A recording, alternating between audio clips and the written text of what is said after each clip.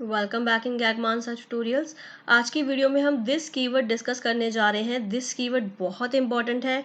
आज की वीडियो में हम सीखेंगे कि दिस कीवर्ड कंस्ट्रक्टर में कैसे यूज़ होता है, उसका क्या रोल है, और ये इंटरव्यू पॉइंट ऑफ व्यू से भी बहुत इंपॉर्टेंट टॉपिक है। तो चलिए वीडियो स्टार्ट करते हैं। Calling more than one constructor while creating one object, यानी कि एक ऑब्जेक्ट बनाते टाइम एक से ज़्यादा कंस्ट्रक्टर को कॉल करना। इस चीज़ को हम पहले समझ लेते हैं। ध्यान दीजिए, यहाँ पर देखिए एक न्यू क्लास है और यहाँ पर एक स्टूडेंट क्लास है। ठीक है, हम यहाँ पे स्टूडेंट क्लास के अंदर दो कंस्ट्रक्टर्स बना रहे हैं। एक हमने बनाया यहाँ पर डिफॉल्ट कंस्ट्रक्टर, जिसके अंदर एक मैसेज प्रिंट करा लेते हैं कि जब ये कंस्ट्रक्टर कॉल हो तो एक मैसेज प्रिंट हो जाए, दिस इज डिफॉल्ट कंस्ट्रक्टर। और मैंने यहाँ पर एक और कंस्ट्रक्टर बना दिया, पैरामीटराइज कंस्ट्रक्टर। कुछ भी यहाँ पर हम वैल्यूज ले लेते हैं और जब ये कंस्ट्रक्टर कॉल होगा तब मुझे मैसेज प्रिंट कराना है, दिस इज पैरामीटराइज कंस्ट्रक्टर। तो ये दो कंस्ट्रक्टर्स हैं। अब जब हम एक ऑब्जेक्ट बनाएंगे, मैंने इसका एक obj1 रेफरेंस नेम ले लिया, तो या तो हम डिफॉल्ट कंस्ट्रक्टर कॉल कर सकते हैं या फिर पैरामीटराइज, दोनों में से कोई भी एक कंस्ट्रक्टर हम कॉल कर लेते हैं। यहाँ पर देखिए, यहाँ पर मैंने डिफॉल्ट कंस्ट्रक्टर कॉल कर लिया। ध्यान दीजिए, यहाँ पर मैंने एक ऑब्जेक्ट बनाने के टाइम पर एक ही कंस्ट्रक्टर कॉल किया है। ऐसे ही हम एक और ऑब्जेक्ट बनाते हैं, obj2, मैंने इसका रेफरेंस नेम ले लिया और अब मैंने यहाँ पर दो वैल्यूज दे दी, यानी कि मैंने पैरामीटराइज कंस्ट्रक्टर कॉल कर लिया, ये वाला। अब मेन पॉइंट यहाँ पर क्या है कि जब हम ये ऑब्जेक्ट बना रहे हैं, मैंने एक कंस्ट्रक्टर कॉल किया। यहाँ पर ये इंपॉर्टेंट नहीं है कि मैंने डिफॉल्ट कंस्ट्रक्टर कॉल किया या मैंने पैरामीटराइज कॉल किया। इंपॉर्टेंट क्या है कि मैंने नंबर ऑफ कंस्ट्रक्टर्स, मैंने एक ही कंस्ट्रक्टर कॉल किया। जब मैंने ये ऑब्जेक्ट बनाया तब भी मैंने एक ही कंस्ट्रक्टर कॉल किया। तो अभी तक यहाँ पर देखिए, मैंने जब भी एक ऑब्जेक्ट बनाया तब हम एक ऑब्जेक्ट बनाने के टाइम पर एक ही कंस्ट्रक्टर को कॉल कर सकते हैं। हमारा यहाँ पे टॉपिक क्या है, calling more than one constructors while creating one object। जब हम एक ऑब्जेक्ट बनाए तब हम एक से ज्यादा कंस्ट्रक्टर्स को कॉल कर सकते हैं या नहीं कर सकते। यहाँ पर अलग अलग ऑब्जेक्ट बनाने के टाइम पर कंस्ट्रक्टर अलग अलग कॉल कर सकते हैं, लेकिन मुझे ये चेक करना है कि एक ऑब्जेक्ट बनाने के टाइम पर हम एक से ज्यादा कंस्ट्रक्टर्स कॉल कर सकते हैं या नहीं कर सकते। आई होप आपको सिचुएशन समझ में आ गई हो, और ये इंपॉर्टेंट है, इंटरव्यू पॉइंट ऑफ व्यू से बहुत इंपॉर्टेंट है। आपसे ये भी पूछा जा सकता है कि क्या हम एक ऑब्जेक्ट बनाने के टाइम पर एक से ज्यादा कंस्ट्रक्टर कॉल कर सकते हैं, नहीं कर सकते। अगर कर सकते हैं तो कैसे कॉल कर सकते हैं, तो यही चीज हम डिस्कस करने जा रहे हैं।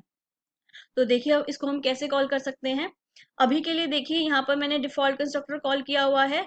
जब डिफॉल्ट कंस्ट्रक्टर कॉल होगा तो यहाँ पर क्या मैसेज प्रिंट होगा, ये वाला, दिस इज डिफॉल्ट कंस्ट्रक्टर। ठीक है, इसको रन करते हैं, चेक कर लेते हैं एक बार।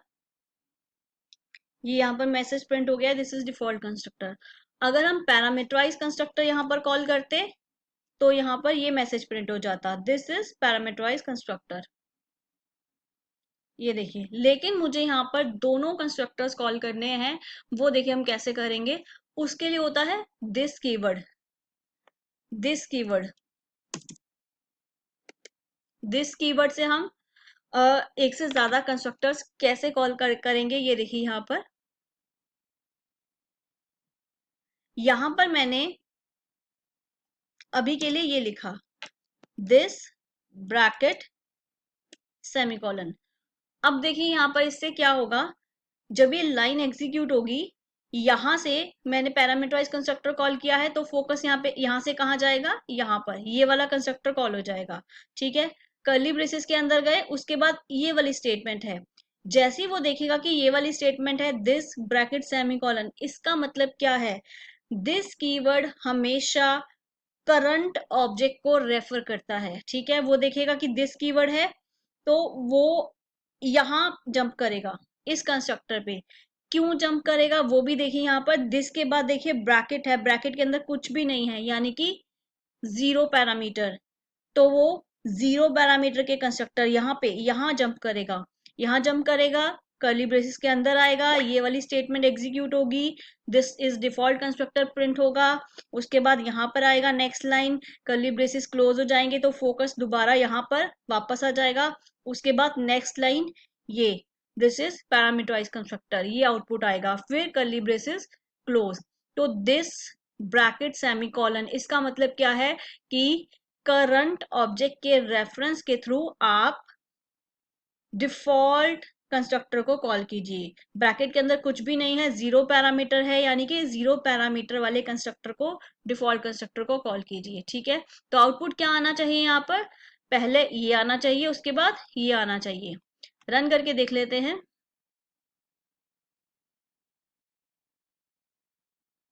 ये देखिए, this is default constructor, this is parameterize constructor. तो सेम वही प्रोसेस हुआ है, कर्ली ब्रेसेस के अंदर गए, उसके बाद ये वाली स्टेटमेंट एग्जीक्यूट होगी, तो यहाँ से फोकस यहाँ चला जाएगा।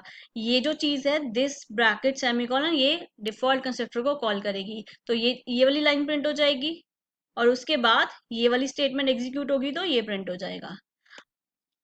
अगर हमें ऐसे ही रिवर्स करना हो, हमें डिफॉल्ट कंस्ट्रक्टर से पैरामीटराइज कंस्ट्रक्टर कॉल करना हो, तो उस केस में हम क्या करेंगे, हम यहाँ पर लिखेंगे दिस, और ब्रैकेट में हम यहाँ पर पैरामीटर्स देंगे। जिस पैरामीटराइज कंस्ट्रक्टर को कॉल करना है सेम वैसे ही पैरामीटर्स हमें यहाँ पर देने पड़ेंगे। ठीक है, सपोज हम यहाँ पर कुछ वैल्यूज दे देते हैं, 1,2 कुछ भी एक वैल्यू दे दी, तो यहाँ से हम ये कंस्ट्रक्टर कॉल कर सकते हैं। इंट और इंट दो वैल्यूज हैं तो ये बिल्कुल मैच कर रही हैं। रन करके देखते हैं एक बार, और यहां से हम ये हटा देते हैं। तो इस ऑब्जेक्ट के क्रिएशन पर डिफॉल्ट कंस्ट्रक्टर कॉल होगा, यहाँ फोकस आएगा, फिर ये देखेंगे ये स्टेटमेंट है, तो यहाँ से पहला इंट और दूसरा इंट मैच करने वाला कौन सा कंस्ट्रक्टर है, ये वाला, तो ये कॉल हो जाएगा। तो पहले क्या प्रिंट होगा, दिस इज पैरामीटराइज कंस्ट्रक्टर, और उसके बाद this is default constructor.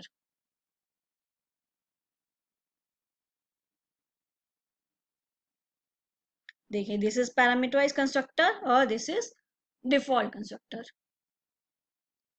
I hope ये चीज आपको क्लियर हो गई होगी कि हम दिस कीवर्ड की हेल्प से एक ही ऑब्जेक्ट के थ्रू दो कंस्ट्रक्टर्स या फिर एक से ज्यादा कंस्ट्रक्टर्स कैसे कॉल कर सकते हैं। अभी तक हमने यहाँ पर दो कंस्ट्रक्टर्स कॉल करवाए हैं, हम दो से ज्यादा तीन को भी ट्राई कर सकते हैं। देखिए यहाँ पर एक और कंस्ट्रक्टर बनाते हैं, यहाँ पर उसके जो पैरामीटर्स हैं वो डिफरेंट हम कर लेंगे ताकि ओवरलोडिंग का कॉन्सेप्ट आ जाए यहाँ पर। तो देखिए यहाँ पर हम कर लेते हैं एक स्ट्रिंग और एक कर लेते हैं इंट, और एक मैसेज प्रिंट करा देते हैं, कुछ भी रैंडम मैसेज आप प्रिंट करा सकते हो, दिस इज न्यू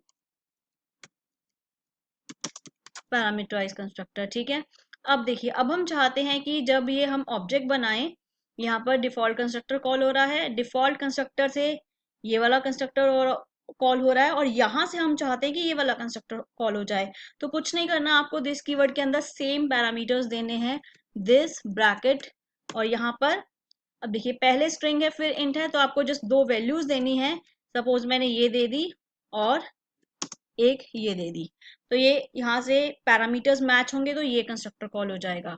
ठीक है, तो पहले ये वाला मैसेज प्रिंट होगा, this is new parameterize constructor, focus वापस आएगा, फिर ये मैसेज प्रिंट होगा, दिस इज पैरामीटराइज कंस्ट्रक्टर, यहां से फोकस यहाँ पर जाएगा, फिर ये line this is default constructor. I hope sequence आपको समझ में आ गया है। ये देखिए, this is new parameterize constructor, this is parameterize constructor and this is default constructor. I hope ये पूरा कॉन्सेप्ट आपको क्लियर हो गया है कि दिस की हेल्प से हम एक ही ऑब्जेक्ट के टाइम पर एक से ज्यादा कंस्ट्रक्टर्स कैसे कॉल कर सकते हैं। This is also calling constructor चेनिंग, constructors की चेन भी बन रही है यहाँ पर, तो ये कंस्ट्रक्टर चेनिंग भी कहलाता है। दिस कीवर्ड की हेल्प से एक से ज्यादा कंस्ट्रक्टर जब भी आप कॉल करेंगे तो बहुत ही ज्यादा इंपॉर्टेंट पॉइंट जो आपको ध्यान में रखना है कि ये जो दिस वाली लाइन है ये हमेशा फर्स्ट स्टेटमेंट होनी चाहिए, कर्ली ब्रेसेस के बाद सबसे पहले यही आनी चाहिए, उसके पहले कुछ भी नहीं आ सकता है, ये हमेशा फर्स्ट स्टेटमेंट होनी चाहिए। ठीक है, हम इसको यहां से हटा के यहां लिख कर देख लेते हैं, देखिए आपको एरर आ जाएगी। ये देखिए, call to this must be first statement in the constructor. Clear, ये हमेशा पहली स्टेटमेंट होनी चाहिए, कर्ली ब्रेसेस के स्टार्ट होने के बाद हमेशा यही आना चाहिए अगर आप इसका यूज करना चाहते हैं तो। आई होप ये टॉपिक आपको क्लियर हो गया है। चलिए अब हम नेक्स्ट टॉपिक देख लेते हैं। Next point is this keyword. This keyword already हमने अभी डिस्कस किया है फर्स्ट पॉइंट में, लेकिन अभी हम इसका एक और यूज देखेंगे दिस कीवर्ड का। ये भी बहुत ज्यादा इंपॉर्टेंट है इंटरव्यू पॉइंट ऑफ व्यू से। चलिए स्टार्ट करते हैं। देखिए यहाँ पर न्यू क्लास है, स्टूडेंट क्लास है, क्लास के अंदर हम सेम वही एग्जांपल ले रहे हैं जो हमने अभी पुरानी वीडियोस में लिया है, स्ट्रिंग नेम, और एक कंस्ट्रक्टर बना लेते हैं। कंस्ट्रक्टर हम पैरामीटराइज बनाएंगे यहाँ पर। देखिए हमने कैसे बनाया था, यहाँ पर स्टूडेंट इंट आर और स्ट्रिंग नेम के लिए मैंने एन ले लिया, और जो रोल वाली जो रोल नंबर वाला जो मेंबर था उसके अंदर आर की वैल्यू चली जाए और नेम के अंदर एन की वैल्यू चली जाए। ये हमने पैरामीटराइज कंस्ट्रक्टर बनाया है। इसका एक फटाफट ऑब्जेक्ट बना लेते हैं, स्टूडेंट obj1 न्यू स्टूडेंट, और पैरामीटराइज कंस्ट्रक्टर कॉल करते हैं तो हमें यहाँ पर वैल्यूज देनी पड़ेंगी, कुछ रैंडम वैल्यूज हम यहाँ पर दे देते हैं। 101 वैल्यू आर में जाएगी, जो कि आर से होते हुए रोल नंबर वाला जो पार्ट होगा ऑब्जेक्ट का उसको इनिशियलाइज कर देगी। विकास वैल्यू एन में जाएगी और एन से जो ऑब्जेक्ट का नेम वाला पार्ट होगा उसको इनिशियलाइज कर देगी, यानी कि 101 और विकास जो वैल्यूज हैं उनसे हमारा ऑब्जेक्ट इनिशियलाइज हो जाएगा। प्रिंट करके भी देख लेते हैं फटाफट। यहाँ पर मैं कोड कर रही हूँ क्योंकि ये सारी चीजें हमने ऑलरेडी जो वीडियोस की हुई है उनमें हमने पूरा डिटेल में ये सीखा हुआ है। obj1 dot role and name equal to obj1 dot name. इसको रन करते हैं। देखिए यहाँ पर जो रोल नंबर है और नेम है वो हमारी दी हुई वैल्यू से इनिशियलाइजेशन हो चुका है उनका। अब जो पॉइंट है, जो मेन क्वेश्चन है, यहाँ पर देखिए हमने जब कंस्ट्रक्टर बनाया था, पैरामीटराइज कंस्ट्रक्टर बनाया था, तो यहाँ पर हमने रोल नंबर के लिए यहाँ पर हमने जो इंट था उसके लिए आर, कुछ भी जो नाम है वो ले लिया, तो मैंने यहाँ पर आर ले लिया था और यहाँ पर मैंने एन ले लिया था। लेकिन सपोज आपसे इंटरव्यू में ये पूछा जाए कि क्या यहाँ पर आप आर और एन की जगह जो यहाँ पर आपने क्लास के मेंबर्स लिए हैं, रोल और नेम, सेम वही रख सकते हैं कि नहीं रख सकते, यानी कि क्या यहाँ पर सेम जो ऊपर आर ओ डबल एल है सेम वही रख सकते हैं, और यहाँ पर जो सेम यहाँ पर है एन ए एम ई, क्या वही रख सकते हैं, यानी कि बिल्कुल सेम होना चाहिए। क्या आप ऐसा कर सकते हैं? नहीं कर सकते। क्या आपके पास एरर आएगी या नहीं आएगी? तो इस चीज का आंसर है, अभी के लिए इस चीज का आंसर मैंने दिया है कि हाँ बिल्कुल कर सकते हैं, कोई प्रॉब्लम नहीं है, लेकिन करके देखते हैं क्या ऐसा हो सकता है या नहीं हो सकता। अब देखिए यहाँ मैंने यहाँ स्पेलिंग चेंज की तो मुझे यहाँ भी चेंज करना पड़ेगा। ठीक है, चलिए अभी तक कोई एरर नहीं आ रही है, रन करके देखते हैं।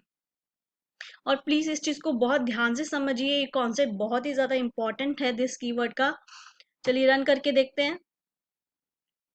मैंने सिर्फ यहाँ पे स्पेलिंग्स चेंज किए हैं और हमारा पूरा आउटपुट चेंज हो गया है। पहले अभी हमने रन करके देखा था तब 101 और विकास वैल्यू से ऑब्जेक्ट इनिशियलाइज हो रहा था, लेकिन जैसे ही मैंने सेम नाम रखा यहाँ पर इनिशियलाइजेशन नहीं हुआ है। जो डिफॉल्ट वैल्यू है उनसे इनिशियलाइजेशन हुआ है, हमारी दी हुई वैल्यू से नहीं हुआ है। सिर्फ और सिर्फ सेम नाम रखा, इसीलिए ऐसा हो गया।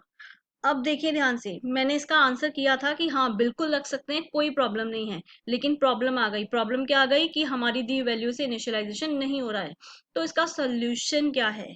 अगर आपको सेम नाम रखना है, जो यहाँ पर आप कंस्ट्रक्टर के पैरामीटर्स दे रहे हैं, अगर आपको सेम नाम रखना है तो ऐसा क्या करें कि आपका आउटपुट बिल्कुल सही आए। उसके लिए हम क्या करेंगे, दिस कीवर्ड का यूज।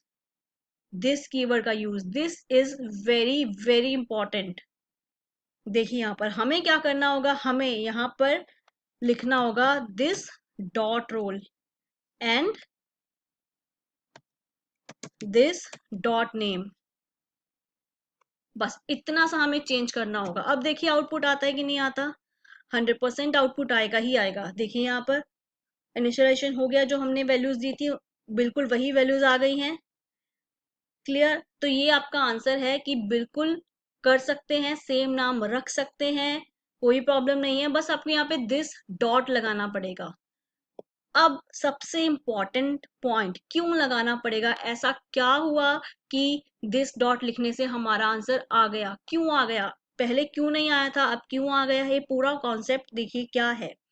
जो दिस कीवर्ड होता है, जो दिस कीवर्ड है that refers to the current object, जो हमारा करंट ऑब्जेक्ट होगा उसको ही रेफर करेगा ये। एग्जांपल के लिए जैसे हम OBJ1 लेते हैं, तो OBJ1 जैसे इस ऑब्जेक्ट को रेफर कर रहा है, वैसे ही जो दिस कीवर्ड है वो करंट ऑब्जेक्ट को रेफर करेगा। भले ही इस ऑब्जेक्ट से पहले हमने 10 और ऑब्जेक्ट्स बनाए हों, लेकिन करंटली हम जिस पर काम कर रहे हैं, जो करंट ऑब्जेक्ट है, उसको दिस रेफर करेगा। सपोज हम ये 3 स्टेटमेंट एग्जीक्यूट करेंगे, तो सबसे पहले जब हम ये स्टेटमेंट एग्जीक्यूट करेंगे तब क्या होगा, मेमोरी में एक ऑब्जेक्ट बन जाएगा ये वाला, ठीक है। तब जो दिस कीवर्ड होगा वो इसको पॉइंट आउट करेगा। दिस कीवर्ड मतलब यानी कि ये करंट ऑब्जेक्ट। और उसके बाद जब हम सेकंड स्टेटमेंट पर आएंगे तो एक और ऑब्जेक्ट बनेगा। देखिए ऐसे ये सेकंड ऑब्जेक्ट बन जाएगा। अब अगर हम दिस कीवर्ड की बात करें तो दिस कीवर्ड जब ये वाली स्टेटमेंट एग्जीक्यूट हो रही होगी, दिस कीवर्ड इस ऑब्जेक्ट को रेफर करेगा। अब इससे पहले ये ऑब्जेक्ट बन चुका है तो इसको रेफर नहीं करेगा, क्योंकि ये करंट ऑब्जेक्ट नहीं है। करंट ऑब्जेक्ट क्या है, जिस पर हम काम कर रहे हैं, तो दिस कीवर्ड इसको रेफर करेगा। ऐसे ही जब हम ये थर्ड स्टेटमेंट एग्जीक्यूट करेंगे तो एक और ऑब्जेक्ट बनेगा इस तरीके से। तो जब ये वाली थर्ड स्टेटमेंट एग्जीक्यूट होगी तो जो दिस कीवर्ड होगा वो इस करंट ऑब्जेक्ट को रेफर करेगा। यानी कि जो भी करंटली हम स्टेटमेंट एग्जीक्यूट कर रहे हैं, करंट जो ऑब्जेक्ट होगा जिसके ऊपर हम काम कर रहे हैं, उसको दिस कीवर्ड रेफर करेगा। अभी देखिए मैंने यहाँ पर एक साइड में जो कंस्ट्रक्टर हमने बनाया था उसका कोड भी लिख दिया है, ताकि बार बार हमें नेटबीन्स पे स्विच ना करना पड़े। अब देखिए सबसे पहले जब ये वाली लाइन एग्जीक्यूट होगी, ठीक है, तो ये कंस्ट्रक्टर कॉल होगा, यहाँ पर ये ऑब्जेक्ट क्रिएट हो जाएगा। जब एक कंस्ट्रक्टर कॉल होगा, यहाँ पे क्या लिखा हुआ है, दिस डॉट रोल। दिस क्या करेगा, करंट ऑब्जेक्ट को रेफर करेगा। करंट ऑब्जेक्ट यानी कि ये ऑब्जेक्ट। डॉट रोल यानी कि इसका रोल वाला पार्ट। तो दिस डॉट रोल यानी कि करंट ये जो ऑब्जेक्ट है इसका जो रोल नंबर वाला पार्ट है उसमें वैल्यू ट्रांसफर कर दे। ऐसे ही दिस डॉट नेम, दिस यानी कि करंट ऑब्जेक्ट ये वाला, उसके नेम वाले पार्ट में वैल्यू ट्रांसफर कर दे। उसके बाद जब ये सेकंड स्टेटमेंट ये वाली एग्जीक्यूट होगी, तब ये वाला ऑब्जेक्ट बन जाएगा। करंट ऑब्जेक्ट ये वाला हो गया, इस पे काम चल रहा है। जब फिर ये कंस्ट्रक्टर कॉल होगा, इसमें लिखा होगा दिस डॉट रोल। अब दिस क्या है, दिस ये करंट ऑब्जेक्ट है, ना कि ये पिछले वाला। अब करंट ऑब्जेक्ट कौन सा है, ये वाला। तो दिस डॉट रोल यानी कि करंट ऑब्जेक्ट इसका रोल नंबर वाला पार्ट इसमें वैल्यू ट्रांसफर हो जाए, तो ये जो 102 वैल्यू है इसमें ट्रांसफर होगी। दिस डॉट नेम यानी कि इसका नेम वाला पार्ट, डबल बी वैल्यू इसमें ट्रांसफर होगी। ऐसे ही जब ये थर्ड लाइन एग्जीक्यूट होगी, थर्ड स्टेटमेंट एग्जीक्यूट होगी, तब करंट ऑब्जेक्ट ये वाला होगा, क्योंकि ये अभी क्रिएट हुआ है, इस पर काम हो रहा है, तो ये पीछे वाले करंट ऑब्जेक्ट नहीं होंगे। तो अब जब ये वाला कंस्ट्रक्टर कॉल होगा, लिखा होगा दिस डॉट रोल, दिस यानी कि करंट ऑब्जेक्ट यानी कि ये, तो दिस डॉट रोल इस करंट ऑब्जेक्ट का रोल नंबर वाला पार्ट, तो 103 वैल्यू इसमें ट्रांसफर होगी और CC वैल्यू इसमें ट्रांसफर होगी। तो आई होप ये आपको क्लियर हो गया कि दिस डॉट रोल करने से वैल्यूज कैसे ट्रांसफर हो रही हैं। जो करंट ऑब्जेक्ट होगा उसको दिस रेफर करेगा, उसी के रोल नंबर या नेम में वैल्यू जाएगी। तो ये जो पार्ट है दिस डॉट रोल वाला, यहाँ पर सेम नेम लेना ये बहुत इंपॉर्टेंट है। ये इंटरव्यू में भी पूछा जा सकता है, जस्ट टू क्लियर कि आपको बेसिक्स क्लियर है या नहीं है आपके। तो इस चीज़ को भी आप ध्यान में रखें। तो इस वीडियो में दिस कीवर्ड के बारे में इतना ही। नेक्स्ट वीडियो में हम न्यू इन्फॉर्मेशन डिस्कस करेंगे कंस्ट्रक्टर के ऊपर। Till than happy coding.